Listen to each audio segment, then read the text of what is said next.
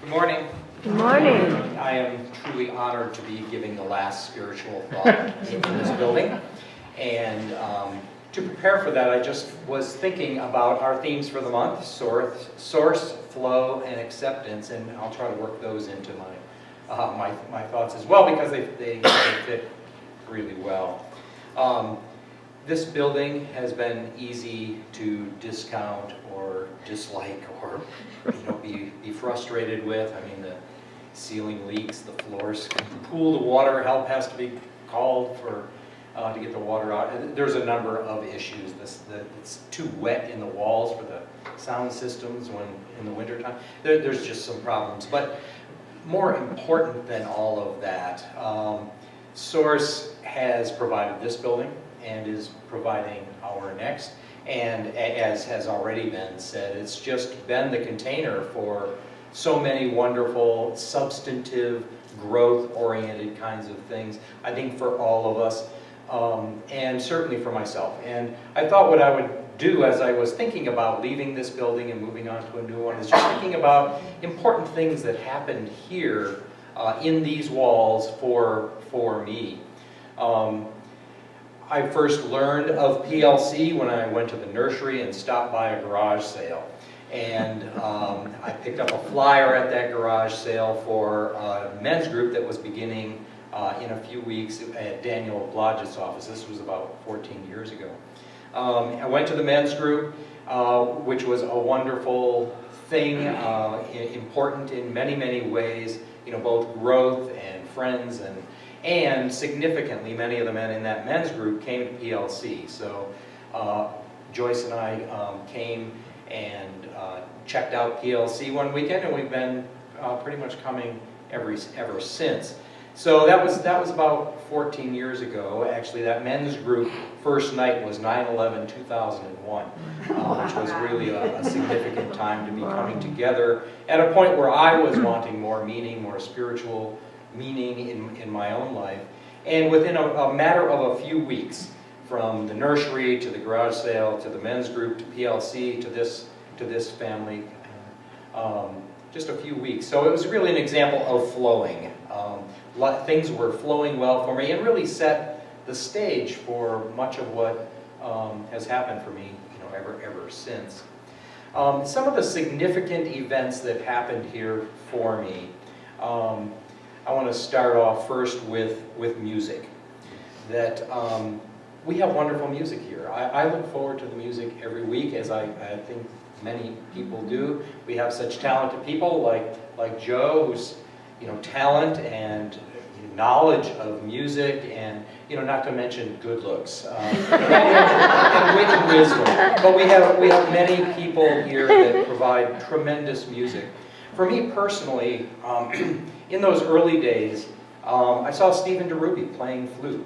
And I had played saxophone in high school, and I liked woodwinds, and I really loved the sound of it. And I especially loved going into meditation with that sound, with that music going on. I felt like I went deeper, and it was really wonderful. So I decided to learn how to play flute, and Linda and Rick and Stephen started a flute circle, and I flowed into that, enjoyed that. Probably moved from beginning to intermediate in playing it, and so that's been wonderful. But even more so than that, just paying attention to music, I've become an even greater music appreciator as a result of stepping deeper into music and the exposure of music here. So that's one significant thing for me, kind of on the upside, of flowing. Some other things that happened, excuse me, in 2010, my county job of 14 years was privatized. And without going into any details, suddenly I was not working. And I've been a worker. I've worked full-time for over 30 years, I guess. But so it was a really huge adjustment. What was I gonna do? At the time, there was a Thursday night prayer and meditation group happening for here, and I was coming to that, and many other people were as well. And excuse me. it was a place that I could share, it was a place that I could feel comfortable, and a place where I could really attend to what was going on in my life. And the outreach of lovingness was just tremendous. Leon was especially loving to me at that time. She gave me a book, Who Moved My Cheese? And I don't know if you've seen that book, but Leanne gave it to me, and with just kind of a loving, explanation. And it's a wonderful book on adjusting and accepting and changing, moving to change. So that was just one example of some of the kindness that has come for me here.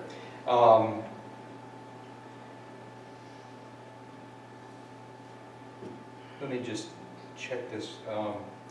Some other people. I remember Betty was very loving to me in her very effervescent way. Kim was loving to me. She did my chart. Many other people were just fantastic when I was going through this thing that was one of the most traumatizing for me of anything. So this place in these walls helped me to move beyond that. And Linda's talk, Say Yes to Life talk, that we heard last week, she'd given it before, and that really became a mantra for me in 2010 as I decided to do my own solo business, and it's really worked out well. So just by saying yes to it and kind of flowing with the opportunities and taking the support and love that I have felt here. One other thing that happened here was my mother was diagnosed with ALS, with Lou Gehrig's disease. It took about 4 years until she died.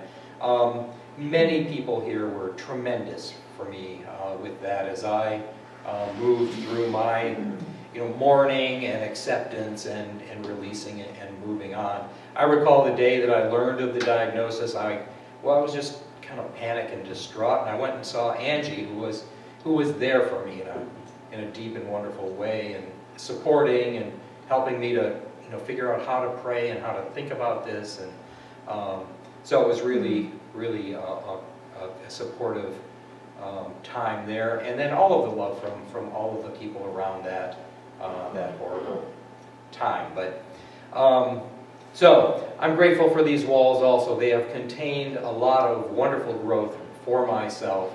And as I think about moving into the next building, I think flow is a wonderful word, and maybe dance, maybe we're dancing and flowing into the new building. So thank you all very much.